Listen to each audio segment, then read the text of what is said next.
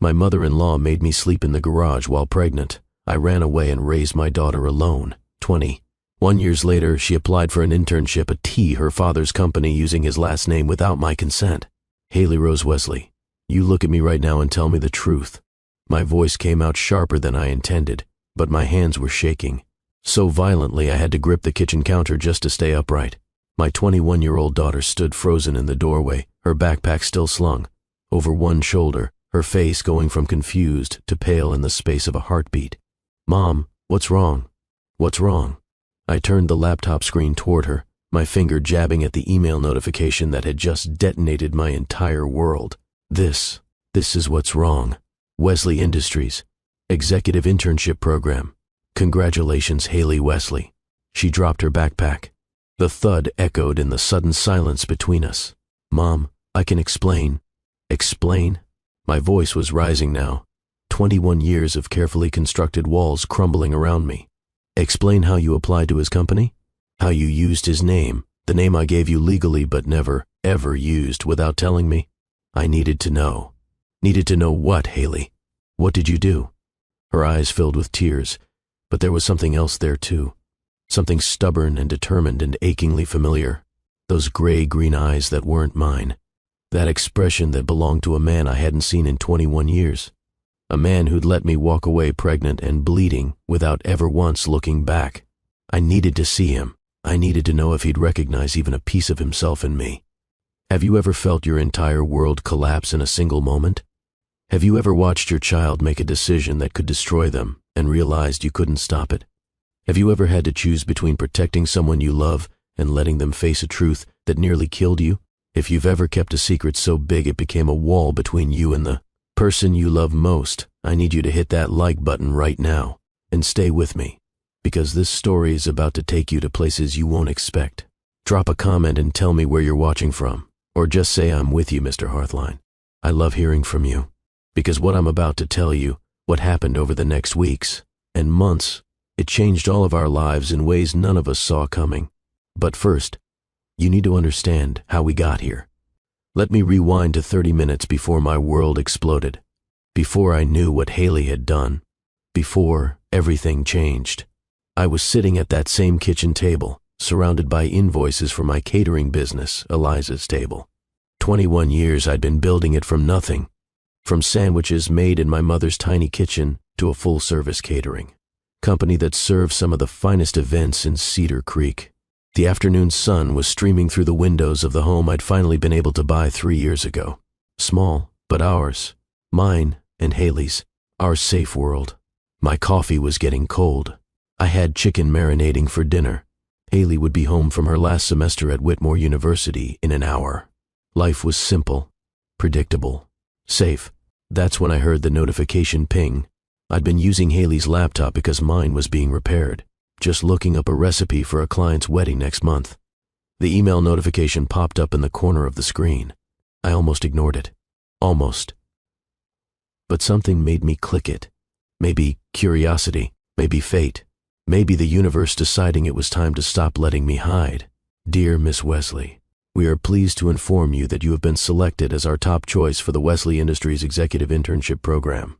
Out of 300 highly qualified applicants, your credentials, academic excellence, and innovative thinking stood out remarkably. Your application essay on sustainable business practices in the modern economy was extraordinary. Mr. Ethan Wesley himself has requested to meet with you personally to discuss your vision for the company's future. Please confirm your availability for orientation on Monday, April 15th at 9 a.m. at our Manhattan headquarters. I read it 3 times before the words actually penetrated my brain. Miss Wesley, not Miss Bennett, not Haley Bennett, the name she'd used her entire life. The name on her school records, her library card, her soccer team roster growing up, her college applications. Haley Wesley, the hyphenated name, the one that connected her to a man who didn't know she existed, the name that was legally hers because I'd put it on her birth certificate 21 years ago, telling myself it was about preserving her right to know her heritage. But really, maybe it was about leaving a door open that I was too terrified to walk through myself. My daughter had used her father's name. Mr. Ethan Wesley himself has requested to meet with you personally. The coffee cup I was holding slipped from my fingers. It shattered on the kitchen floor. Brown liquid spread across the white tiles like a stain I would never be able to clean. I didn't move to wipe it up. I just sat there staring at the screen, feeling my carefully constructed world crumbling around me. He was going to meet her. He was going to see those gray-green eyes, that stubborn chin, the way she tilted her head when she was thinking through a problem. Anyone who looked at them side by side would know immediately. And that's when Haley came home. "Mom, you won't believe what happened in my economics seminar today. Professor Martinez said my thesis proposal was the most innovative he'd seen in 15 years and I could present it at the—" She stopped mid-sentence. She'd seen my face, seen the shattered coffee cup, seen the laptop screen still open to that email. "Mom, what's wrong?" I couldn't speak. I just turned the laptop so she could see it fully. Haley's face went pale, then red, then pale again. She set her backpack down very slowly, very carefully, like she was moving through water. "Mom, I can explain." That's when I asked her. That's when I said the words that started this whole confrontation. "Haley Rose Wesley, you look at me right now and tell me the truth." And now, here we were, standing in my kitchen, mother and daughter. 21 years of secrets between us. How do you even know who he is? My voice cracked. "I never told you his name. I never told you anything about him." Haley looked away from me, looked toward the kitchen where I suddenly heard the clatter of dishes stop, where my mother, Catherine, had gone suspiciously quiet. "No." The word came out like a gasp. "No, you didn't." My mother stepped into the doorway, 73 years old, silver hair pulled back, wearing the apron I'd bought her for Christmas. The woman who'd raised me alone, who'd taken us in when I'd shown up on her doorstep 21 years ago, 8 months pregnant and bleeding, who'd helped me build a life from nothing, who'd apparently been keeping secrets from me. "Mom, tell me you didn't." She deserved to know, Eliza. That wasn't your decision to make. She was 12 years old, and she came home crying because kids at school were calling her a bastard, calling her a mistake, saying her father didn't want her. Catherine's voice was steady, but I could hear the guilt underneath. I couldn't let her keep believing that was her fault.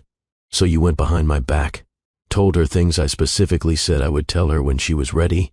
When would that have been, Eliza? When she was 30? 40?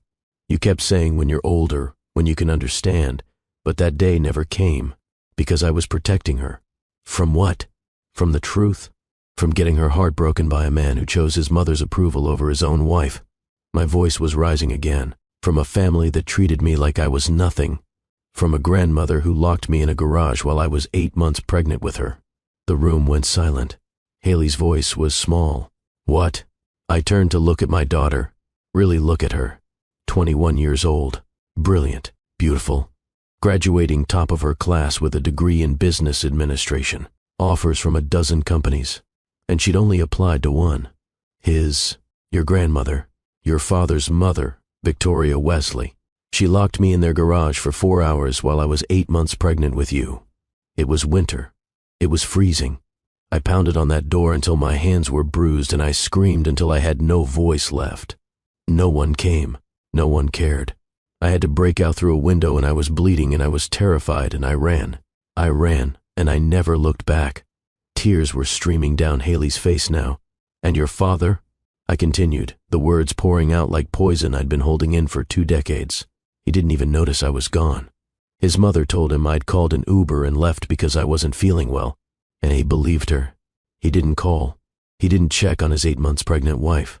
He just went back to his conversation with Sloane Hartley, the woman his mother wanted him to marry. The woman he did marry, 6 months after I left. "Mom, I didn't know, but you knew something. You've known for how long?" She looked at Catherine, then back at me. "Since I was 12, 9 years. My daughter had known about her father for 9 years and never said a word. I didn't want to hurt you." "Well, congratulations." The bitterness in my voice was sharp enough to cut. "You both did a fantastic job." Haley's face crumpled, then, just as quickly, hardened. And that expression, that shift from vulnerable to defiant, it was pure Ethan Wesley. "You know what, Mom? Maybe I should have told you. Maybe Grandma shouldn't have gone behind your back. But you know what else? I spent my entire childhood wondering what was wrong with me. Nothing is wrong with you. But I didn't know that." Her voice was shaking now, anger and pain mixing together. When kids asked where my dad was, when they said he must not have wanted me, when they called me names and said I was a mistake, I didn't have any answers. I just thought maybe if I'd been a boy or smarter or prettier or something, maybe he would have stayed. Baby, it was never about you. But I didn't know that, did I? Because you wouldn't tell me the truth. You just kept saying it's complicated. Well, guess what, Mom? I'm 21 years old. I think I can handle complicated. Catherine stepped between us. Eliza, let her finish. I looked at my mother, this woman who'd sacrificed everything for me, who'd worked 3 jobs to put food on our table when I was growing up, who'd taken us in without question when I showed up broken and pregnant, who I'd trusted completely. How could you? Catherine's eyes filled with tears, because I watched my granddaughter suffer for years with a wound she couldn't name, because every time she asked about her father, you shut down, because she was building her identity on a foundation of shame that wasn't hers to carry. So yes, when she was 12 and came home sobbing because kids were being cruel, I made a choice. Maybe it wasn't my place, but I'd do it again. The betrayal cut deep, but before I could respond, Haley spoke again. Grandma told me everything. Who he was, how you met, how his mother treated you, why you left. And you know what? It helped. It hurt, but it helped. Because at least I knew the truth. At least I knew it wasn't my fault. I wanted to tell you when you were ready. I was ready at 12, but you were too scared. The accusation hung in the air. And she was right. God help me, she was right. So what? You've been researching him for 9 years?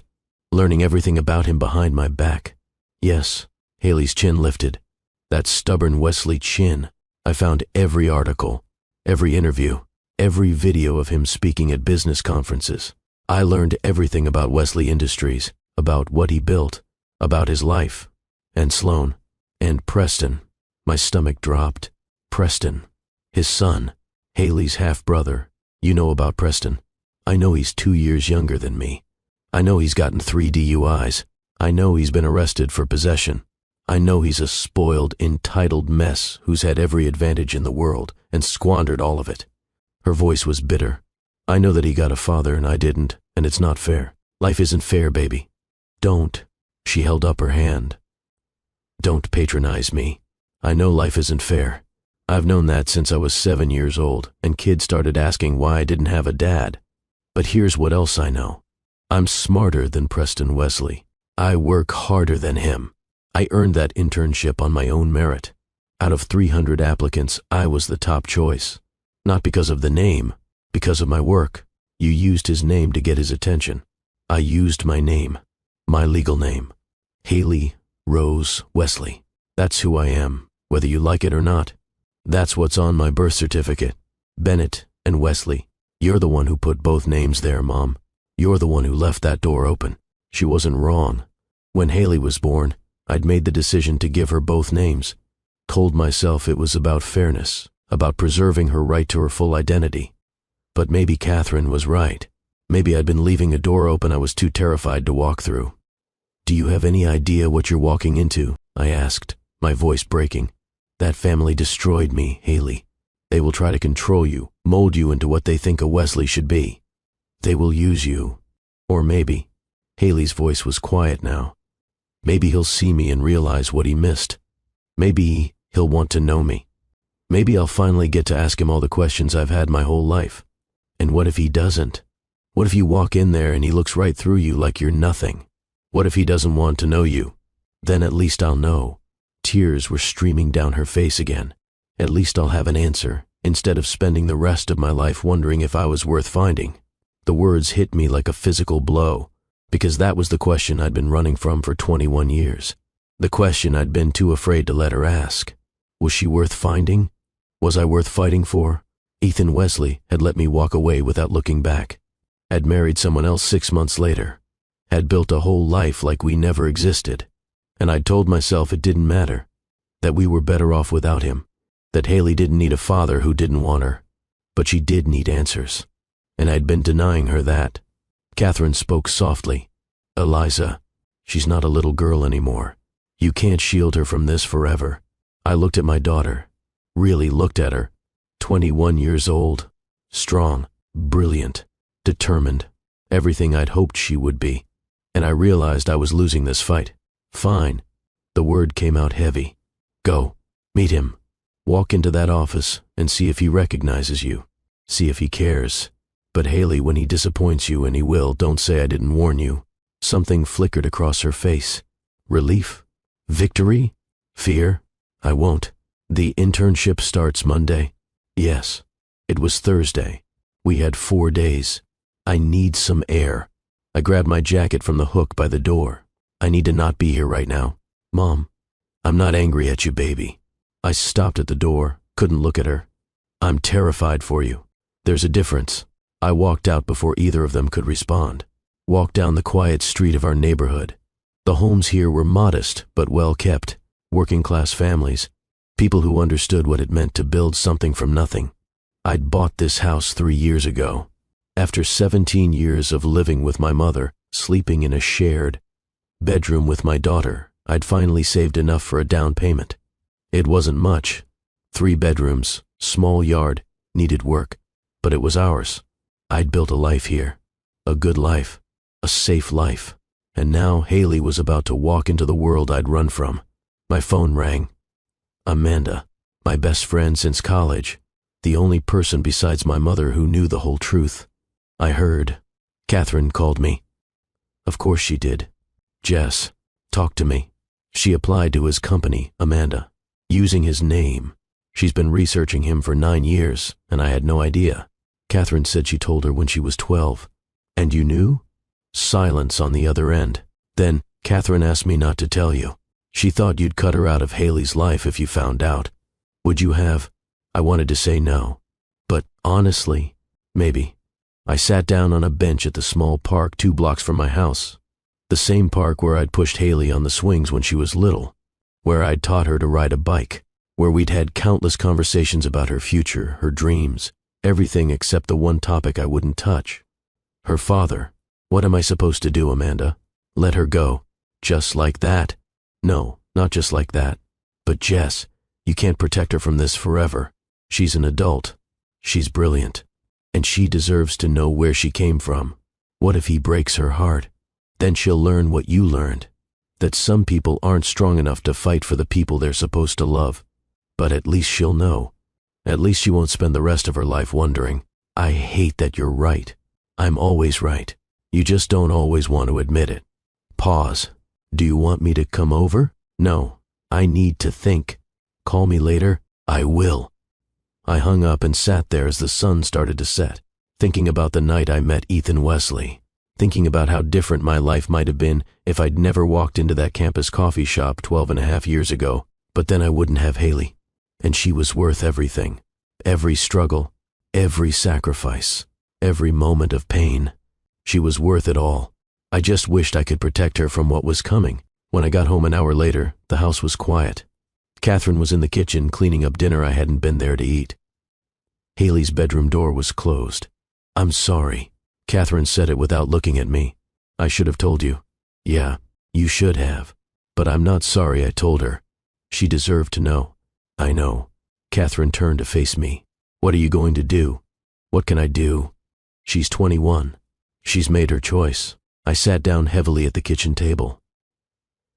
I just have to pray she survives what comes next. She's stronger than you think. She's exactly as strong as I think. That's what terrifies me. She's strong enough to walk into that office. Strong enough to face him. But is she strong enough to handle it if he rejects her? Is anyone strong enough for that? I survived it. Catherine came and sat beside me. Took my hand. You did. You survived. And you built something beautiful. You raised an extraordinary daughter. You found your own path. And now you have to trust that you raised her well enough to find hers. What if her path leads straight to him? Then you'll handle it. Like you've handled everything else. Catherine squeezed my hand. But Eliza, you need to tell her everything. The whole story. Not just the garage. Everything. She needs to understand what she's walking into. I don't want to poison her against him. Then don't. Just tell her the truth. Let her make her own decisions with all the information. Later that night, I knocked on Haley's door. Come in. She was sitting on her bed, laptop open, surrounded by papers.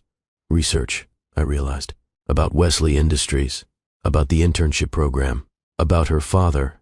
Can we talk? She nodded, closed the laptop. I sat down on the edge of her bed. The same bed she'd had since she was 10, when we still lived with Catherine in that tiny bedroom we shared. I'm not going to try to stop you. Really? Really? But I need you to understand what you're walking into. And for that, you need to know the whole story. Not just the parts your grandmother told you. All of it. Okay, so I told her. I told her about the night I met her father. It was late October, I began. 12.5 years ago. I was 26, working 2 jobs and putting myself through a hospitality management program at Whitmore. Same school you went to, actually. You never told me you went to Whitmore. There's a lot I never told you. I took a breath. I grew up with nothing, Haley. You know that. Your grandmother worked 3 jobs to keep food on the table. We lived in a tiny house with walls so thin you could hear the neighbors arguing. But it was filled with love. And Grandma, she made sure I had opportunities she never did. She made sure I could go to college. How did you afford it? Full scholarship. And I worked as a waitress at night, catered events on weekends. I was exhausted all the time, but I was building towards something. I had this dream of opening my own catering business one day, something that would serve beautiful food to people who deserved to celebrate, but at prices they could actually afford. Haley was listening intently. That's what Eliza's table is. That's what it became. Eventually. But back then, it was just a dream. I paused, remembering. I met your father at a campus coffee shop. It was raining. I was soaked because I'd run from the bus stop and my umbrella had turned inside out. I looked like a drowned rat, and he was there. He was there, sitting alone with a laptop and about 6 empty coffee cups. He looked up when I walked in, and he smiled at me. Not the polite smile you give a stranger. A real smile. Like he saw something in me worth noticing. What did he say? He said, "Rough day?" And I said, "Is it that obvious?" And he said, "You look like you're fighting a battle and the weather's winning. But you're still standing, so I'd call that a victory." Haley smiled.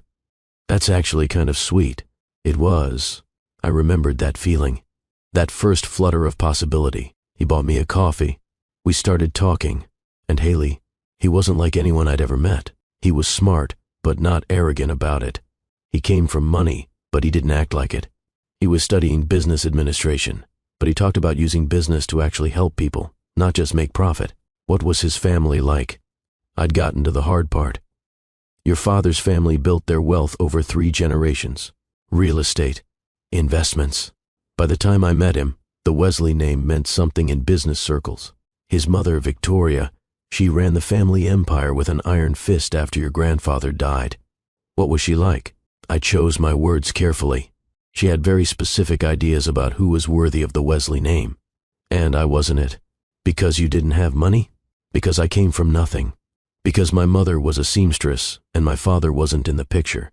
Because I wore thrift store clothes and worked as a waitress and didn't know which fork to use at fancy dinners. I stopped. But your father, at least at first, he didn't care about any of that. He saw me, Eliza Hayes, not the poor girl from the wrong side of town. How long did you date? 3 years. We kept it quiet at first because he knew his mother wouldn't approve. But eventually, he proposed. With this modest ring he'd saved up for months to buy, not the family heirloom Victoria wanted him to give me. Did you love him? I loved him so much it scared me. I looked at my daughter. I loved him the way you love someone when you're young and you think love can conquer anything. I thought we could build a life together that would be different from both of our pasts. Something new. Something ours. What happened? We got married. Small ceremony at a local chapel. I wore a dress from a department store. Your grandmother cried happy tears. Victoria didn't even come to the wedding. Haley's eyes widened. She didn't come to her own son's wedding? She made her feelings very clear. She told Ethan I was a gold digger who trapped him, that he'd regret marrying me, that I would never fit into their world. But he married you anyway. He did. And for a year, we were happy. Really happy. He was working at Wesley Industries, learning the business from the ground up. I was working at a catering company saving money. We had this tiny apartment in Brooklyn. Nothing fancy, but it was ours. We'd stay up late planning our future, talking about the family we'd have. Someday, the business I'd built, the foundation he wanted to start. It felt possible. It felt real. Then you got pregnant. Then I got pregnant. I paused, remembering the moment I saw those 2 pink lines. I was terrified and excited all at once. We talked about kids, but not yet. We were going to wait a few more years. But when I told your father, he was so happy. He held me and said we were going to be amazing parents. Did you tell Victoria right away? We waited until the 20-week ultrasound. We wanted to know if you were healthy, and we found out you were a girl. I smiled at the memory, bittersweet as it was. Your father kissed my belly and said, "Our daughter. She's going to be just like you. Beautiful and strong." What did Victoria say? The smile faded. We told her over dinner at the Wesley estate. This massive mansion where your father grew up. 15 bedrooms, staff quarters, a garage bigger than most people's houses. I never felt comfortable there. What did she say when you told her? A girl? Not even a son to carry on the Wesley name properly? Haley flinched. And that's when everything started to change. Victoria started calling your father every day, stopping by his office, whispering in his ear every chance she got. What was she saying? That I'd trapped him with the pregnancy, that he could have married Sloane Hartley from the Hartley investment family. Someone with power, legacy, connections, someone who understood their world. She kept saying love doesn't build dynasties, that he needed to think about the family legacy, not his feelings. And did he listen? I watched him change, slowly at first. He started looking at me differently. He'd miss doctor's appointments. He'd stay late at the office. He'd go to his mother's house without me. And when I was 8 months pregnant, exhausted and swollen and scared, Victoria invited us to dinner. The night she locked you in the garage. Not yet. I wanted Haley to understand the full picture. When we got there, Sloane Hartley was already there. This gorgeous, polished woman in a designer dress that probably cost more than our rent. She was everything I wasn't. Sophisticated, connected, from the right family. Did Dad know she'd be there? I don't think so, but I watched his face when he saw her. And I saw something I'd never seen before. What? Possibility. Like he was seeing what his life could have been if he'd made different choices.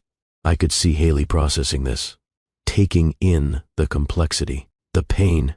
All through dinner, I continued, Victoria and Sloane talked business, legacy, power moves in the industry. I tried to join the conversation. I'd been reading business journals, trying to stay involved in your father's world. But every time I spoke, Victoria would cut me off or redirect, making it clear I didn't belong. That's cruel. It was calculated.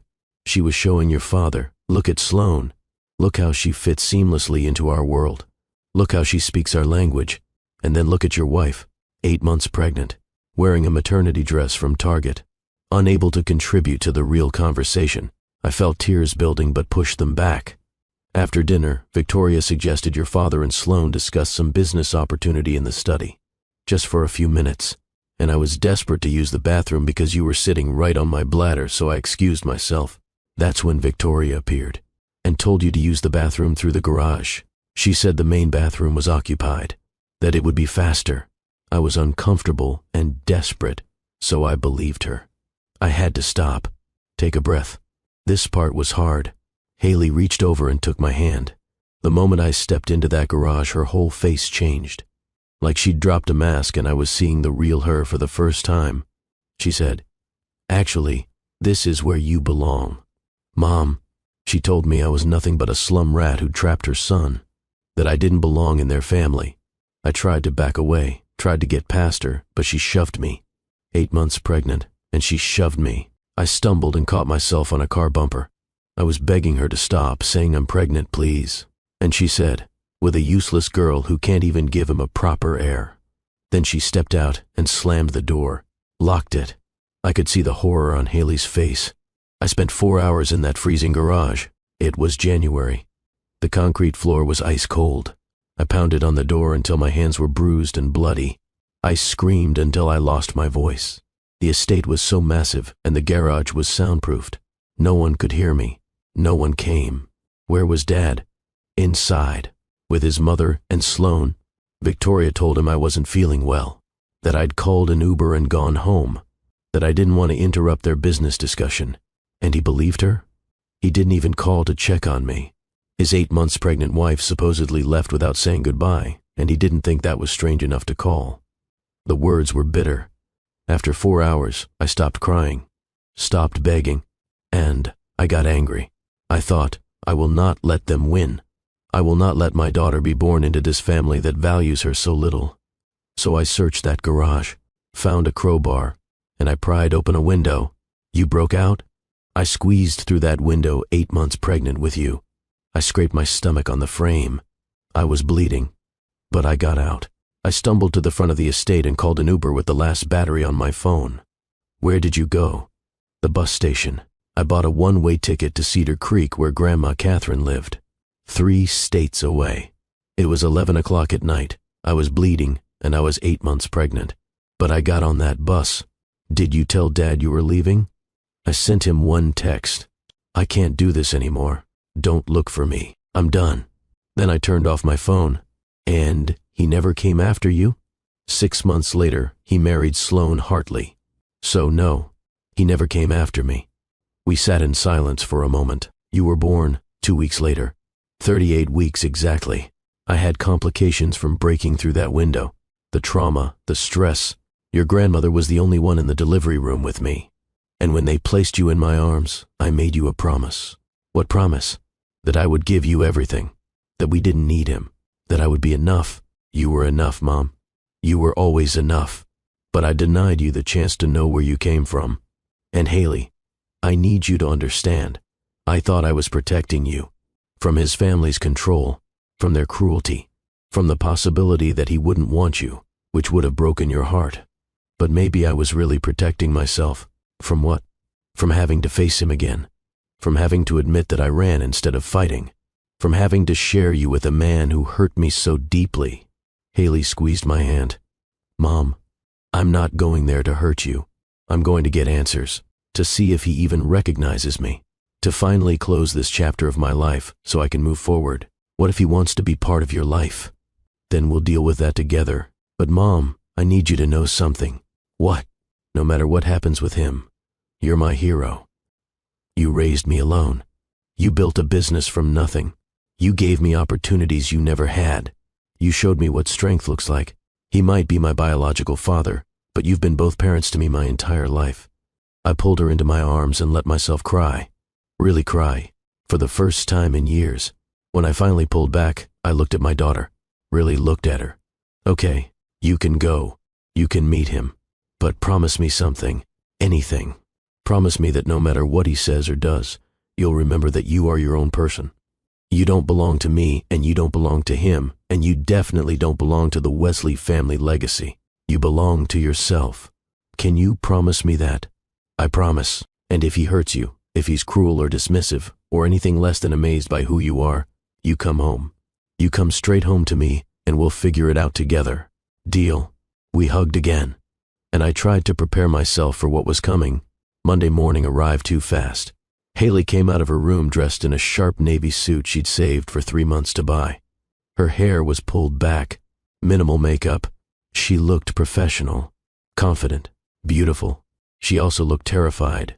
You okay? I asked. No. But I'm going anyway. That's my brave girl. We drove to the train station together. Cedar Creek was 3 hours from Manhattan by train. Haley would start her internship today and stay with a college friend who had an apartment in the city during the week. As we waited on the platform, I squeezed her hand. Call me tonight. I will.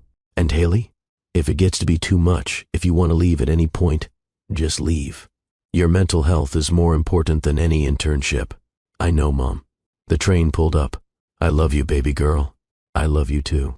I watched the train pull away, carrying my daughter toward the man who'd let us both go 21 years ago, and I prayed I hadn't made a terrible mistake. That night, my phone rang at 9 o'clock. Haley, Mom, tell me everything. I met him. My heart stopped, and he didn't recognize me. Not even a little bit. I could hear the tears in her voice. Tell me exactly what happened. The HR manager took me to his office. This huge corner office on the top floor with windows overlooking the whole city. And he was standing there. Dad. Ethan Wesley. And Mom, he has my eyes. I know, baby. I mean, I knew from pictures. But seeing him in person, it was like looking in a mirror. Same gray-green color, same shape. How did he not see it? Sometimes people only see what they expect to see. The HR manager introduced me, said, "Mr. Wesley, this is Haley Wesley, our new executive intern," and he looked confused for just a second. He said, "Wesley, any relation?" And he laughed like it was a joke. "What did you say?" I said, "Distant, maybe." And I shook his hand, and Mom, there was this moment where our eyes met, and I thought, please recognize me. Please see something of yourself in me. Please just know. But he didn't. He said my academic record was impressive, that he was looking forward to seeing what I accomplished. And then the HR manager took me on a tour of the office. That's it? That's it. I worked for 8 hours, met the team, sat in on meetings, and he walked past my cubicle 3 times and didn't give me a second glance. "I'm so sorry, sweetheart. You were right. He doesn't care. He never cared. Give it time. Maybe once he gets to know you. Or maybe I'm just kidding myself. Maybe I should just quit now before this gets worse. Is that what you want to do?" There was a long pause. "No. I want to stay. I want to be so good at this job that he can't ignore me. I want to prove that I'm better than his precious son Preston, who's apparently the biggest screw-up in Manhattan." "You met Preston?" "Briefly. He stumbled in 3 hours late, reeking of alcohol, and tried to hit on me." "Lovely." "Yeah, real gem." Haley's voice was bitter.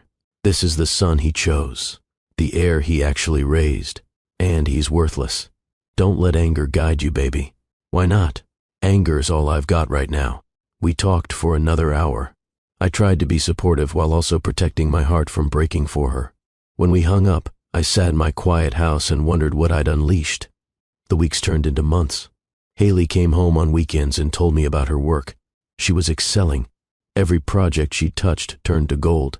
She was saving the company money, streamlining processes, impressing everyone she worked with, except the one person she wanted to impress. Ethan Wesley barely acknowledged her existence. "He's so focused on Preston," she told me one Saturday afternoon. Preston, who hasn't shown up for work in 2 weeks. Preston, who crashed another car last month. Preston, who's apparently doing cocaine at clubs, and it's all over the gossip sites. But Dad just keeps making excuses for him. Maybe he's scared of losing his son. He already lost one child. You'd think he'd be more careful. The bitterness in her voice worried me. Then, 6 months into the internship, everything changed. Haley called me at midnight on a Tuesday. I'd been asleep. The phone ringing sent panic through me. "Haley, what's wrong?" "Preston overdosed. Heroin and fentanyl. He's in the hospital." "Oh my God. Is he okay?" "They saved him. Barely. But Mom, I was at the office late working on a presentation and Dad came in. He looked destroyed. And for a second, just a second, he looked at me like he was really seeing me for the first time." "What did he say?" "He asked if I was okay, if I needed anything." And I wanted to scream, "I'm your daughter. I need you to see me. I need you to know me." But instead, I said I was fine. "Baby." Then he left, went to the hospital, and I sat there in that empty office and cried. "Come home. Please just come home this weekend." "I can't. I have a huge presentation Monday." "But Mom, I don't know how much more of this I can take." "Then quit. Just quit and come home and we'll figure out something else." "I'm not a quitter. There's a difference between quitting and protecting yourself. I'll be fine. I just needed to hear your voice." We hung up, and I couldn't sleep the rest of the night. 2 weeks later, everything came to a head. Haley called me on a Thursday afternoon. I was at a client consultation for a wedding. I almost didn't answer, but something told me to pick up. "Mom, hi honey. I'm actually with a client. Can I call you back in an hour?" I told him. My world stopped. "You told him what?" "Who I am." I told him I'm his daughter. The client was staring at me. I mumbled an apology and walked outside. "Haley, tell me exactly what happened." He called me into his office, offered me a full-time position as junior VP, said I was the most talented person he'd seen in 20 years. And then he asked if we were related because Wesley isn't a common name and I reminded him of someone. Oh God. And the words came out before I could stop them. I said, "I'm your daughter." What did he say? At first he laughed, like it was a joke. But I kept talking. I told him about you, about the garage, about being born in Cedar Creek, about growing up without him. And Mom, the color just drained from his face. He didn't know. He swears his mother told him you left on your own, that you called an Uber. He had no idea about the garage. Of course he didn't. Victoria wouldn't have told him the truth. He said he's going to confront her, that he's cutting her out of his life completely. Haley, how did you leave things with him? I told him I earned that VP position, and I wasn't letting him take it away just because this was awkward. And I walked out. Are you okay? No, but I will be. Do you want me to come to the city? No, I need to process this alone. But Mom? Yes, I think I made a mistake. Why? Because now he knows, and I don't know what happens next. And I'm scared. Come home this weekend. Please, let's talk through this together. Okay, but before the weekend came, Ethan Wesley called me. I didn't recognize the number. Almost let it go to voicemail. But I answered.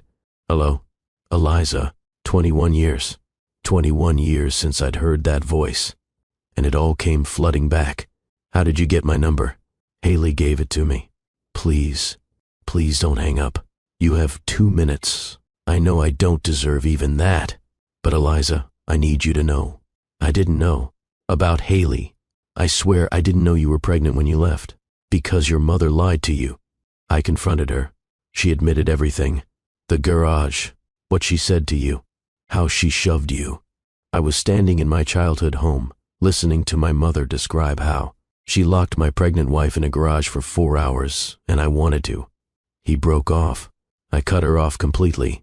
She's out of my life, out of Haley's life if Haley wants her to be. I'm so sorry, Eliza, for everything, for being weak, for not standing up to her, for not looking for you when you left. You married someone else 6 months later. Silence. I thought you didn't want me. I thought you'd chosen to leave. I sent you a text saying I couldn't do it anymore.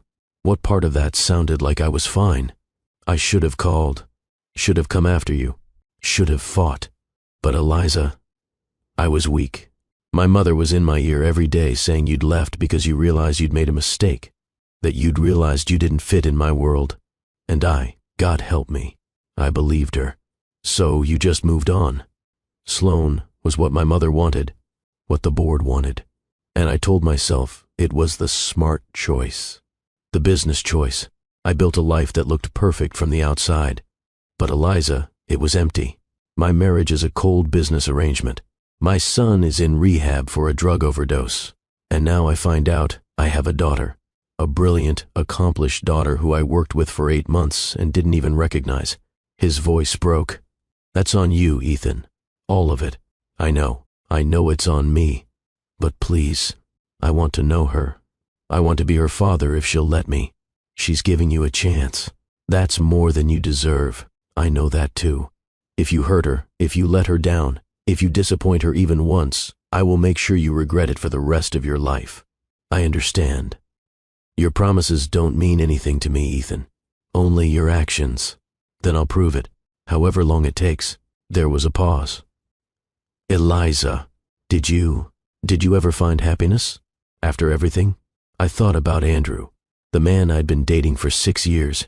The man who'd asked me to marry him 3 times and I'd said not yet each time because I was still too scared. Yes, I found happiness with someone who actually knows how to love without conditions. I'm glad. Truly. I'm glad you built a good life. I didn't need your permission for that. I know. I'm glad you're okay. We're done here, Ethan. Wait, can we meet? Face to face? I need to apologize properly. To explain. There's nothing to explain. You made your choices. I made mine. Now we coexist for Haley's sake. Please, Eliza. No. I hung up. And I sat there, 21 years of anger and hurt and betrayal flooding through me. He didn't get to do this. Didn't get to waltz back into my life after 2 decades and ask for forgiveness. But Haley deserved a father. And if he was willing to try, willing to show up, then I had to let him. For her sake. Not for his. Never for his. That weekend, Haley came home. She looked exhausted, thinner than she'd been 2 months ago. Dark circles under her eyes. Baby, you look terrible. Thanks, Mom. really boosting my confidence here. I'm serious. Are you eating? Sleeping? Not really. We sat down at the kitchen table, the same table where this had all started months ago. He called me. Haley's head snapped up.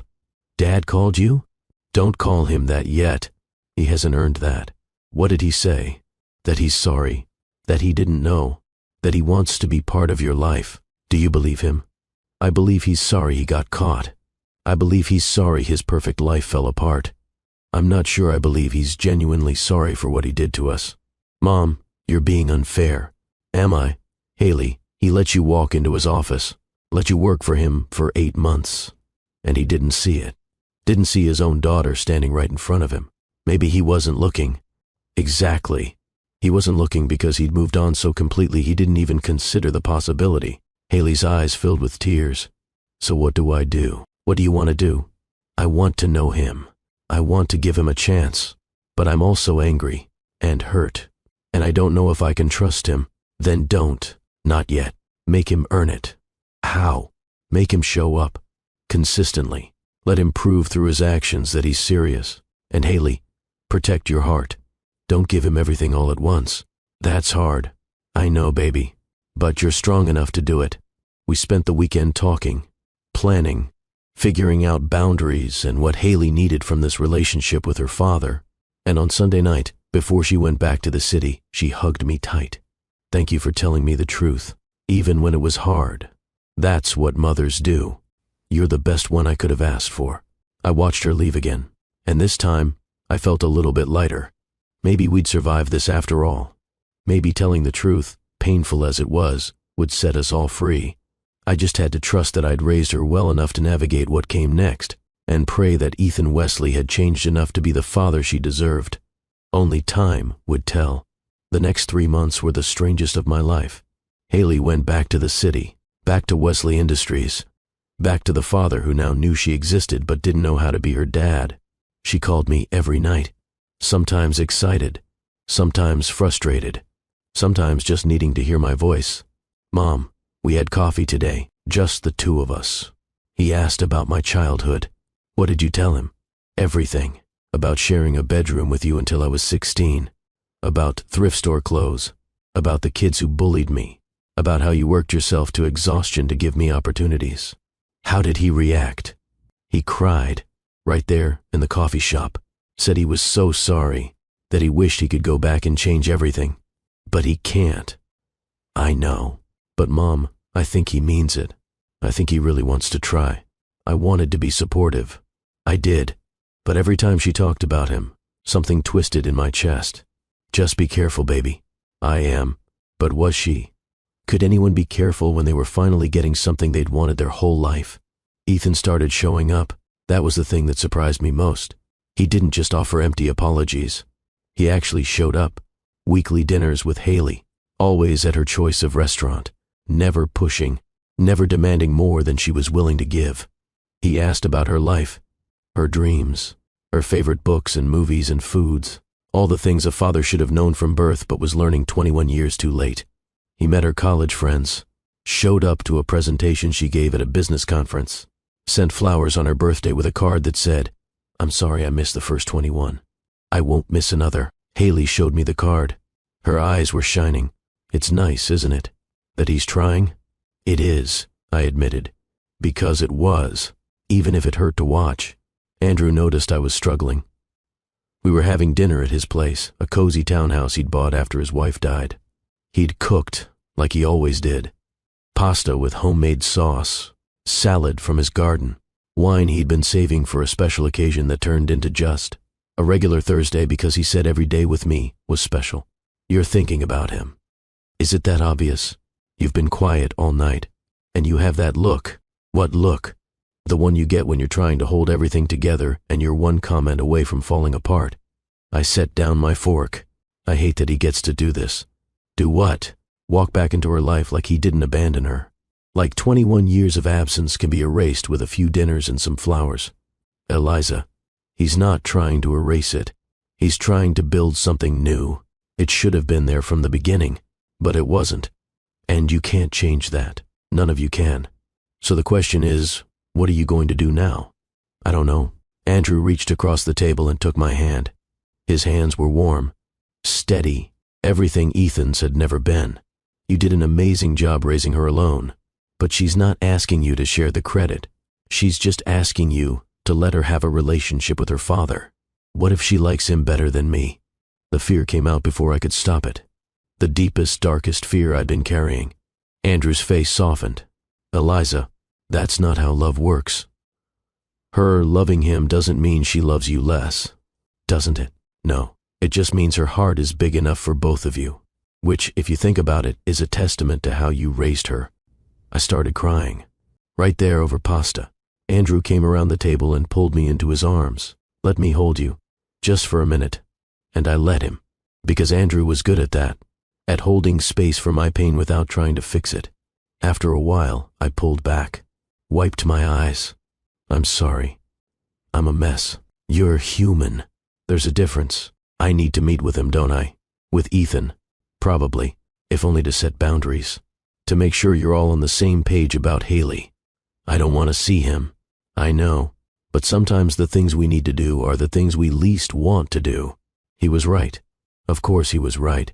2 days later, I called Ethan. He answered on the first ring. Eliza, we need to talk. In person.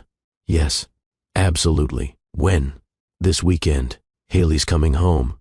We can meet Saturday afternoon. There's a park near my house. 2 o'clock. I'll be there. And Ethan, don't make me regret this. I won't. Saturday came too fast. Haley knew about the meeting.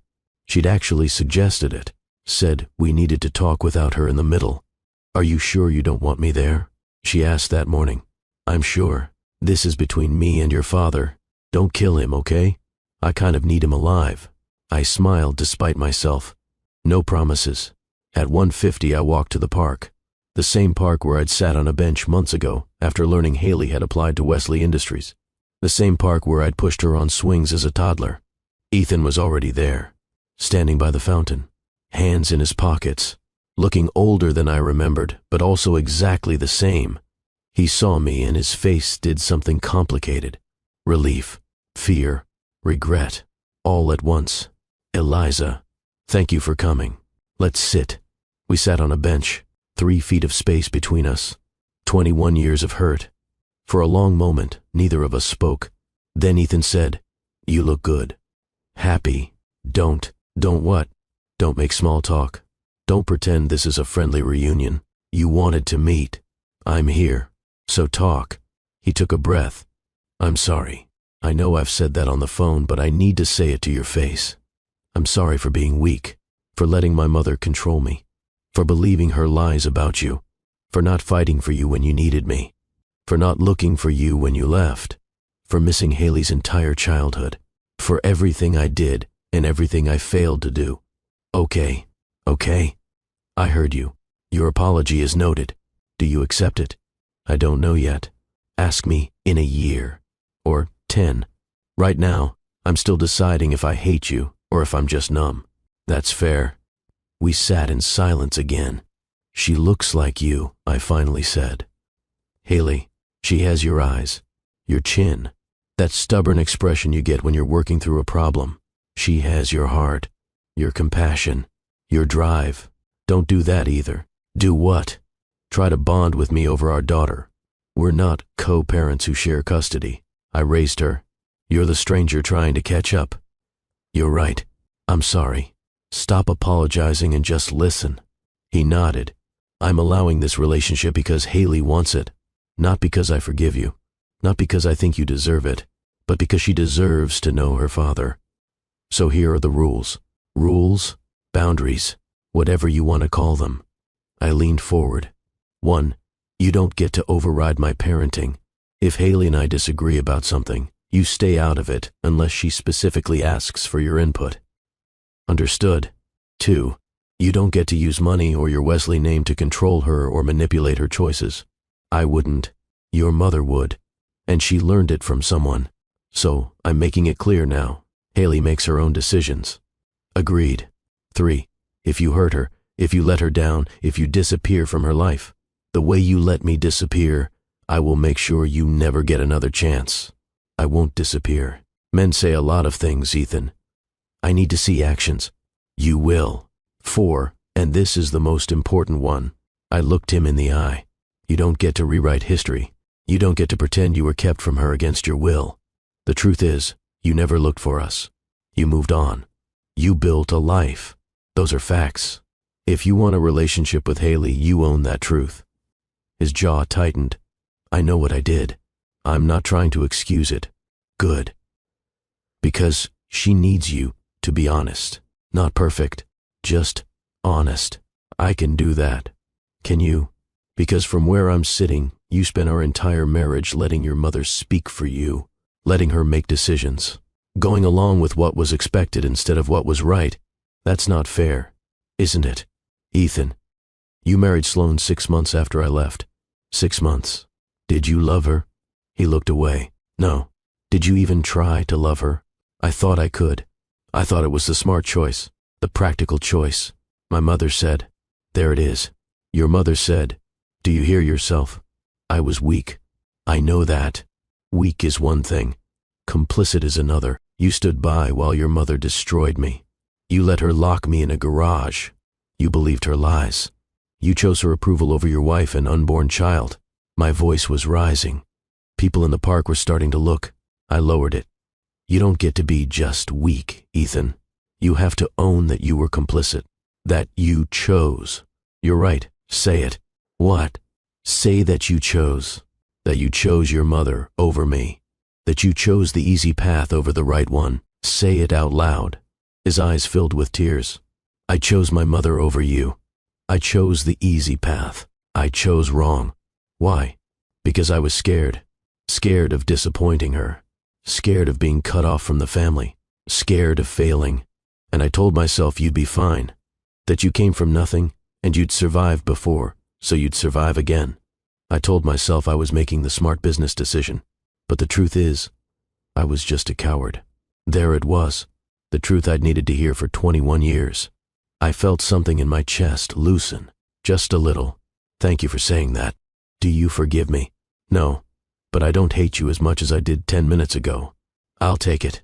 We sat there, the anger between us settling into something more like resignation. Tell me about her, Ethan said quietly. Tell me about Haley growing up. I know I missed it, but I want to know. So I told him. I told him about the first time she smiled, the first time she laughed, how she learned to walk at 10 months, early because she was stubborn and determined even as a baby. I told him about her first day of school, how she cried and clung to me and I cried in the car on the way home because my baby was growing up. I told him about the bullying, about coming home to find her sobbing because kids said she didn't have a dad, about holding her and not knowing what to say. I told him about her brilliance, how she taught herself coding at 12, how she won the state science fair at 14, how she gave her high school valedictorian speech about using privilege and success to lift others up. I told him about her kindness, how she volunteered at the homeless shelter every Saturday, how she tutored kids in math for free, how she saw people, really saw them, the way I'd tried to teach her to. I told him everything he'd missed, and he listened, tears streaming down his face, not interrupting, just listening. When I finished, he said, "She's extraordinary. She is. You did that. You raised an extraordinary human being. We did that. Whether you were there or not, she's half you. And that stubbornness, that drive to succeed, that's Wesley blood. I don't deserve any credit. No, you don't. But she has your DNA, and I won't lie to her about that. Thank you. Don't thank me. I'm not doing it for you. I know." We sat a while longer. "What's your marriage like?" I asked. "With Sloane, it's not a marriage. It's a business arrangement. We sleep in separate bedrooms. We appear together at events. We maintain the image. But there's no love. There never was. Why stay? Inertia. Fear of scandal. The same reasons I've made every other bad decision in my life. That's sad. It's what I deserve." "What about Preston? How is he?" "In rehab. Long-term facility upstate. He'll be there for at least another 3 months." "How's he doing?" "Better. The overdose scared him. Scared me. I almost lost him, Eliza. My son almost died because I was so focused on molding him into what? I thought he should be that I never asked what he wanted to be. What does he want to be? I don't know. I never asked. Maybe you should. I plan to. When he gets out, we're going to start over, actually get to know each other. That's good. I failed him the same way I failed you and Haley. By trying to control instead of love. By valuing image over substance. Sounds like you're learning. At 43. Better late than never, I suppose. Suppose so. We stood up. The conversation was winding down. Ethan looked at me. Can I ask you something personal? Depends on what it is. Are you happy? Really happy? I thought about Andrew. About my business. About the life I'd built. Yes, I am. I'm glad. You deserve happiness. So does Haley. Don't forget that. I won't. We stood there awkwardly, not sure how to end this. Finally, Ethan said, "Thank you for letting me be part of her life. Don't make me regret it." I won't. I walked away, didn't look back. When I got home, Haley was waiting. How did it go? Better than I expected. Worse than I hoped. Did you kill him? He's still breathing. That's progress. We both laughed. Mom, thank you for doing that. I know it was hard. Yeah, it was. Do you think you'll ever forgive him? I don't know, baby. Maybe. Someday. But not today. That's fair. Now tell me what you want for dinner. And just like that, we went back to normal. Or as normal as life could be when your daughter was building a relationship with a father she'd never known. Over the next months, I watched Haley bloom. She came home glowing, excited, telling me about conversations with Ethan, about inside jokes they were developing, about how he was teaching her the parts of the business she didn't learn in school. He's really smart, Mom, like brilliant at strategy and seeing 3 moves ahead. I know. That's what made me fall in love with him. Do you ever miss him? The question caught me off guard. Miss who he was? Sometimes. Miss who he became? Never. What's the difference? The man I married had principles, had compassion. The man he became cared more about his mother's approval than his own integrity. Do you think people can change? I think people can grow. Whether that's the same as change, I don't know. I think he's growing. Good. You deserve a father who's growing. But the person who wasn't growing, who wasn't happy about any of this, was Victoria Wesley. Haley told me that Ethan had cut his mother off completely. No calls, no visits, no family dinners. He told her that what she did to you was unforgivable, Haley said, that she's not allowed anywhere near me. How do you feel about that? Honestly, relieved. I don't need her toxicity in my life. But Victoria wasn't the type to accept being cut off. 6 months after Haley revealed who she was, Victoria showed up. Not at Ethan's office. Not at Haley's apartment. At my house. I was in the garden, planting tomatoes for the summer, when I heard the car pull up. Expensive engine.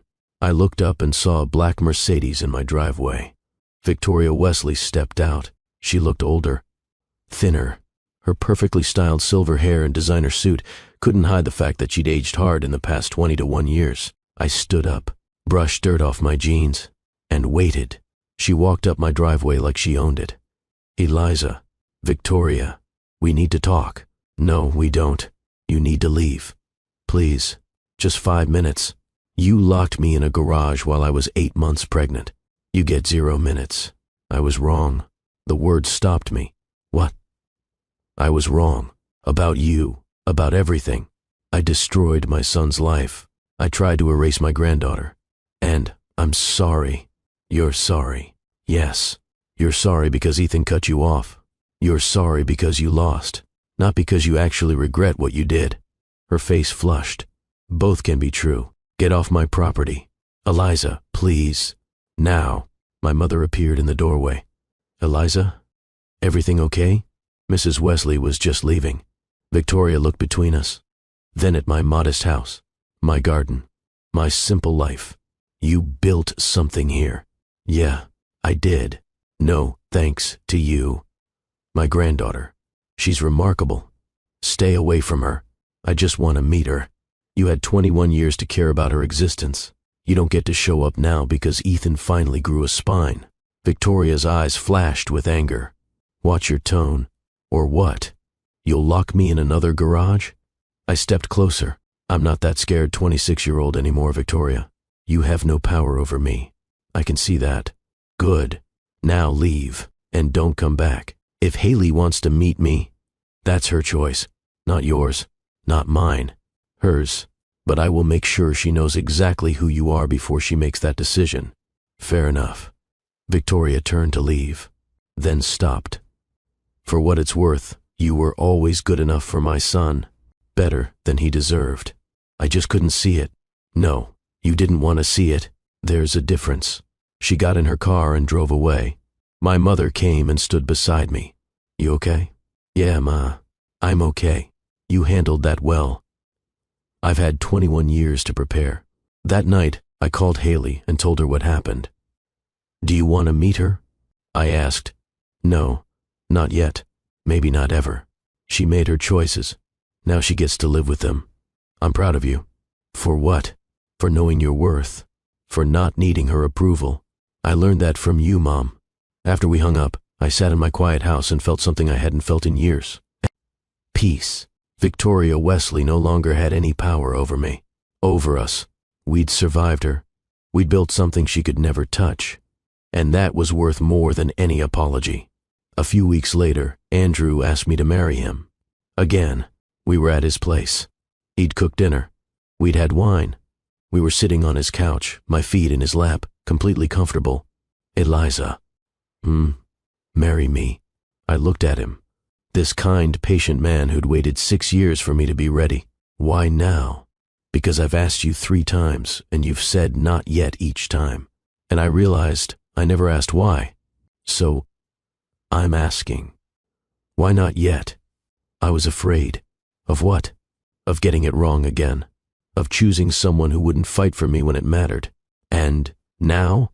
Now I realize you've been fighting for me all along. Just in a different way. By being patient. By giving me space. By loving me without conditions. So, is that a yes?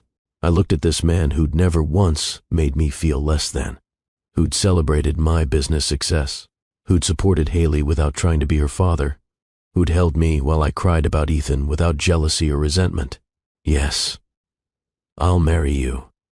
He kissed me, long and slow and full of promise. Finally, he whispered. We got married 3 months later. Small ceremony at a vineyard. Just family and close friends. Haley walked me down the aisle, both of us crying happy tears. Ethan wasn't invited, but he sent flowers. Beautiful white roses with a card that said, "Congratulations. You deserve every happiness in the world. Thank you for raising an extraordinary daughter." I read the card and felt nothing. No anger. No pain. Just peace. You okay? Andrew asked. I'm perfect. And I was. Meanwhile, Preston came out of rehab. 9 months sober. Different. Humbled. He reached out to Haley through Ethan. Asked if they could meet. Haley asked me what I thought. He's your brother. Half-brother. If you want to know him, that's your choice. I'm nervous. That's normal. They met at a coffee shop in Manhattan. Haley told me about it that night. He apologized for being a mess, for wasting every opportunity, for being the screw-up son while I was out here working twice as hard, with none of the advantages. What did you say? I said we all have our struggles. His just looked different than mine. That's generous of you. He's trying, Mom. Really trying. He asked if I'd teach him the business. Like actually teach him, not just give him a fake title. Will you? I think so. He's my brother. And everyone deserves a second chance. Not everyone. But Preston might. Over the next year, I watched Haley build relationships with both sides of her family. With Ethan, who showed up consistently. Who never missed a birthday or important event. Who was learning to be a father 21 years too late, but trying his absolute best. With Preston, who was slowly rebuilding his life. Who was learning the business from the ground up, starting in the mailroom and working his way up legitimately. Even with Sloan, who was cold but civil. Who recognized that Haley wasn't going anywhere and made peace with it. The only person who remained on the outside was Victoria. Until 3 years after the revelation, Haley was 24. She'd been promoted to vice president. She was being featured in business magazines as a rising star. Her name carried weight, and Victoria showed up at a Wesley Industries gala. Haley told me about it the next day. She was there, Mom. In the shadows. She'd bought a ticket under a different name. Did she approach you? No. But I saw her, and she was crying. Crying, watching me give my speech. Just crying. How do you feel about that? I don't know. Part of me wants to hate her for what she did to you, but another part feels sorry for her. She destroyed everything trying to control it.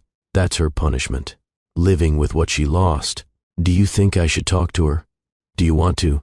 I don't know. Then wait. If you're meant to have that conversation, the right time will come. And it did. A year later, Victoria was diagnosed with cancer. Stage 3. Aggressive. Ethan called me. Asked if I'd be okay with Haley visiting her grandmother. That's Haley's choice, not mine, I know. But I wanted to make sure you were okay with it. Ethan, I stopped being not okay with things a long time ago. I can't control Haley's choices. I can only support her in making them. Thank you. Don't thank me. Just make sure she knows the whole truth before she decides. Haley did visit Victoria. Once. She told me about it afterward. She's dying, Mom. She's scared. And she wanted to apologize. For what specifically? For everything. For locking you in the garage. For trying to control Dad's life. For missing out on knowing me. She said she was wrong about you. That you were always good enough. Better than good enough. What did you say? I said thank you for the apology, but I'm not ready to forgive. Maybe I never will be. But I hope she finds peace. That's very mature of you. I learned it from watching you. Victoria died 6 months later. Ethan called to tell me. I thought you should know. The funeral is Friday. I won't be attending. I didn't expect you to. But thank you for letting Haley visit her. It meant a lot. I didn't let her do anything. She made her own choice. Still, thank you. After we hung up, I felt something unexpected. Sadness. Not for Victoria, but for what could have been if she'd just been kinder. If she'd seen people as humans instead of chess pieces. What a waste. The years passed. Haley thrived. At 26, she was promoted to senior vice president. At 2008, the board started talking about her as Ethan's eventual successor. Preston was sober 5 years and counting. He'd found his place in the company, in a role that suited him better than being groomed as heir. He and Haley worked well together. Ethan and I developed a cordial relationship. Not friends, but not enemies. CO parents in a strange, unconventional way. He'd call sometimes just to update me on Haley's accomplishments. She closed the Mendoza deal. Did she tell you? She mentioned it. She was brilliant. The client specifically requested to work with her again. That's my girl. Our girl. I let him have that. Because it was true. Biologically, she was his too. Andrew and I celebrated our 5th wedding anniversary. We were happy. Really, truly happy. My business was thriving. His architecture firm was successful. We'd bought a house together, bigger than my first one, with a garden and a guest room for Haley when she visited. Life was good. One night, Haley came to dinner. She had news. I'm being offered the CEO position. Dad's stepping down. Already? He's only 50. He says he's done building. He wants to travel. Spend time doing things he actually enjoys. And he thinks I'm ready. Are you? I think so. But I wanted to talk to you first. Why me? Because you're my compass, Mom. You've always been my compass. What do you want to know? Do you think I'm ready? Honestly, I looked at my daughter. 29 years old. Brilliant. Compassionate. Strong. Everything I'd hoped she'd be, and more. Baby, you've been ready since you were 12 years old and decided you were going to meet your father no matter what I said. You've been ready since you walked into his office and told him the truth. You've been ready your whole life, so I should take it. Only if you want it. Not because it's expected, not because it's the Wesley legacy, but because you want it. I do want it. Then take it. She smiled. That brilliant smile that lit up rooms. Okay, I will. 6 months later, Haley Rose Wesley was named CEO of Wesley Industries, the youngest CEO in the company's history. I sat in the audience at the announcement gala, Andrew beside me, and watched my daughter give her acceptance speech. She stood at that podium in a sharp suit, confident and poised, and she said something that made me cry. I stand here today because of 2 people. My father, Ethan Wesley, who built this company and is now trusting me to lead it forward. And my mother, Eliza Hayes Bennett, who built me, who raised me alone when she had every reason to give up, who showed me that strength isn't about money or power. It's about showing up every day and doing what's right, even when it's hard, especially when it's hard. She looked right at me. Mom, everything I am, everything I've accomplished, starts with you. Thank you for fighting for me, for protecting me, for loving me enough to let me make my own choices, even when they scared you. The room erupted in applause. I was sobbing. Andrew had his arm around me. After the speech, Haley came and found me. Did I embarrass you? No, baby. You made me so proud I can barely breathe. Good, because it's true, all of it. Ethan approached, smiled at me. Not the charming smile from when we were young. Something more genuine, more earned. She's right, you know. Everything she is starts with you. I raised her to be her own person. Not mine, not yours, her own. And you succeeded. We stood there, the three of us, connected by this extraordinary woman we'd created. It wasn't a fairy tale ending. We weren't a perfect blended family. We had scars and complications and painful history that would never fully heal. But we'd built something real from the broken pieces. And that was enough.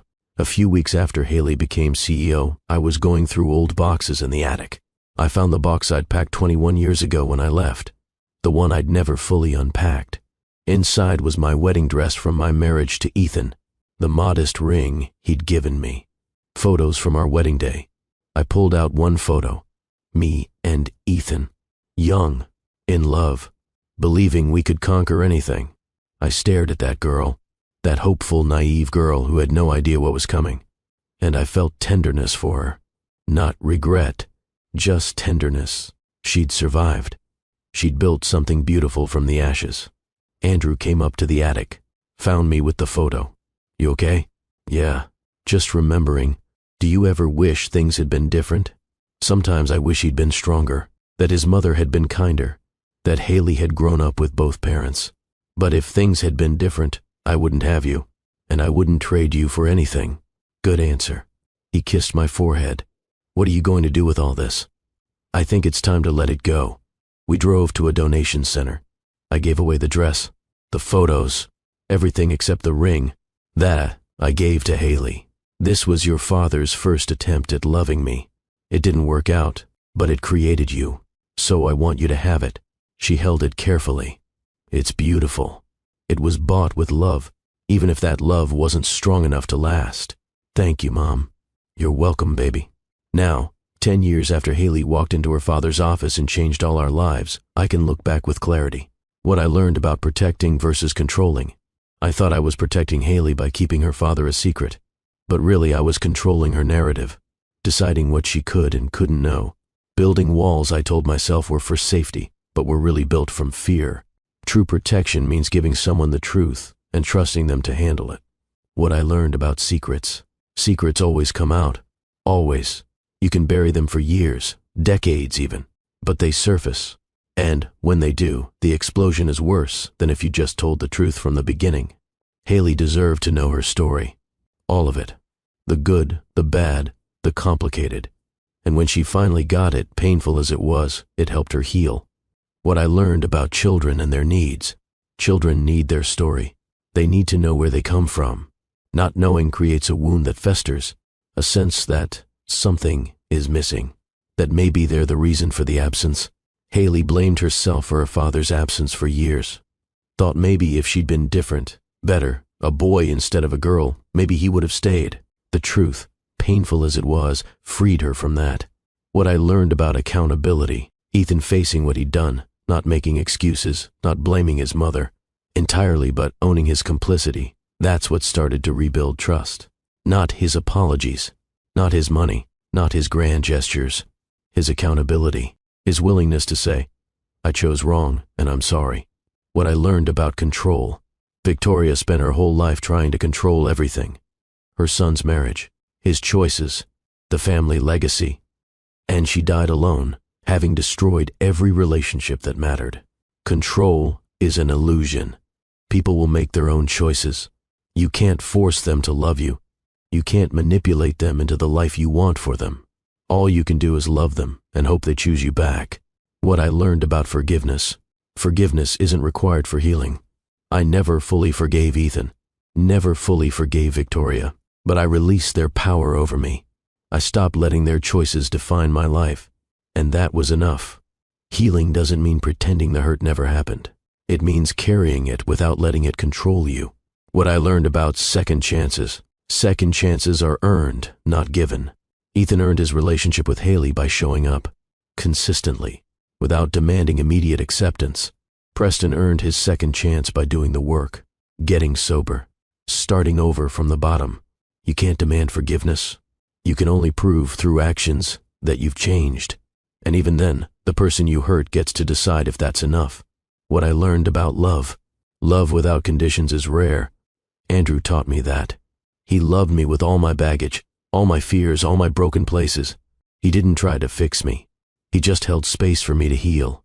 That's the kind of love that lasts, not the passionate, all-consuming love I had with Ethan, but the steady, patient, I'm not going anywhere love. What I learned about strength. Strength isn't about not breaking. It's about breaking and putting yourself back together, again and again. I broke when Victoria locked me in that garage, when Ethan let me go, when I had to raise Haley alone, but I got up, every single time. That's strength. And finally, what I learned about legacy. Legacy isn't money or power or a name on a building. Legacy is the person you raise, the values you instill, the love you give.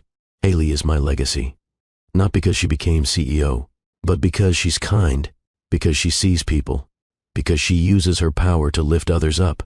That's what I gave her, and it's worth more than the Wesley fortune. If you've made it this far in my story, I want you to know something. Whatever you're carrying, whatever secret you're keeping to protect someone you love, ask yourself this. Are you really protecting them? Or are you protecting yourself from hard conversations? Are you building walls to keep them safe? Or cages to keep them small? The people we love deserve the truth, even when it's messy, even when it's complicated, even when it changes everything. Because truth is how we grow, how we heal, how we become whole. Haley taught me that. My daughter, who was brave enough to claim her full name, who walked into her father's office not knowing if he'd recognize her, who demanded her story even when I was too scared to tell it. She freed all of us by refusing to accept half-truths, by demanding to know where she came from. And now we're all better for it. So wherever you are right now, whatever you're facing, I want you to know you can survive the truth. You're stronger than you think. And sometimes the hardest conversations lead to the most beautiful healing. Drop a comment and tell me, where are you watching from? What part of this story hit you hardest? Have you ever had to choose between protecting someone and telling them a painful truth? I want to hear your story. And if you made it all the way to the end, comment I'm with you, Mr. Hearthline, so I know you were here for this whole journey. If this story touched your heart, if it made you think differently about secrets, protection, truth, and second chances, smash that like button. Share this with someone who needs to hear it. Subscribe to Mr. Hearthline Stories for more real narratives about life, love, loss, and the lessons we learn when everything falls apart and somehow, impossibly, comes back together. Because here's what I know now, 10 years later. The email that terrified me, that shattered my carefully controlled world, was actually a gift. It forced us all to stop hiding. It forced Ethan to confront the man he'd been and become the father Haley deserved. It forced Victoria to face her destruction, even if she only fully saw it at the end. It forced me to release control and trust my daughter's choices. And it gave Haley what she needed most. Not wealth, not opportunities, not even a father, but truth. The whole, complicated, painful, beautiful truth about where she came from. And truth, as scary as it is, will always set you free. So thank you for being here, for listening to my story, for caring about what happened to us. Haley is 31 now. She's transforming Wesley Industries into something that actually helps people. Affordable housing initiatives, environmental sustainability, programs that lift up communities instead of extracting from them. She's everything I hoped she'd be, and everything Ethan hoped he could be, but never quite managed. She's her own person, not mine, not his, hers. And watching her bloom, watching her use her power for good, watching her build a legacy of compassion instead of control. That's everything. Preston is 7 years sober. He's married now, happy, working in a role that suits him, no longer trying to be something he's not. Ethan is retired. He travels. He volunteers. He's building a relationship with both his children based on who they actually are, not who he wanted them to be. Sloane divorced him 2 years ago, took half his fortune and moved to Paris. Last I heard, she's happy. Andrew and I are celebrating our 10th anniversary next month. He wants to renew our vows. I said yes. My business is still thriving. I employ 12 people now. We cater everything from small family gatherings to corporate events. And I'm happy. Really, truly happy. Not the innocent happiness of youth that thinks love conquers all, but the hard-earned happiness of someone who survived, who built something from nothing, who raised an extraordinary daughter alone and watched her soar. Sometimes Haley asks me if I regret any of it. Leaving your father? No. That saved my life. Keeping you a secret? Yes. I should have told him, given him the chance to step up or prove me right about his character. But I was scared. Giving you both names on the birth certificate? No. That was the one thing I did right. It left the door open for you to find him when you were ready. And I'm glad you found him, baby. Because you deserved a father, and he's become one. 21 years late, but he got there. She always smiles at that, hugs me, says, I love you, Mom. You're still my favorite. And I say, I better be. I did all the hard work. We laugh. Because we can now. Because time and truth and healing have given us that. So here's my final message to you. Whoever you are, wherever you are, tell the truth. Even when it's hard. Especially when it's hard. Trust the people you love to handle it.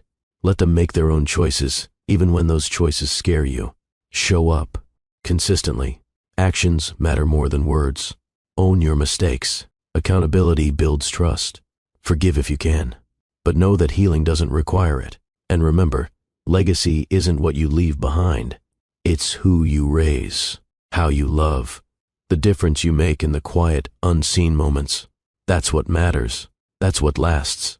This is Mr. Hearthline, reminding you that the truth, painful as it is, will always set you free. Thank you for being with me on this journey. Now go hug someone you love. Tell them a truth you've been afraid to say. Take a risk on healing, because life is too short for secrets, and the people we love deserve to know their whole story. See you in the next one.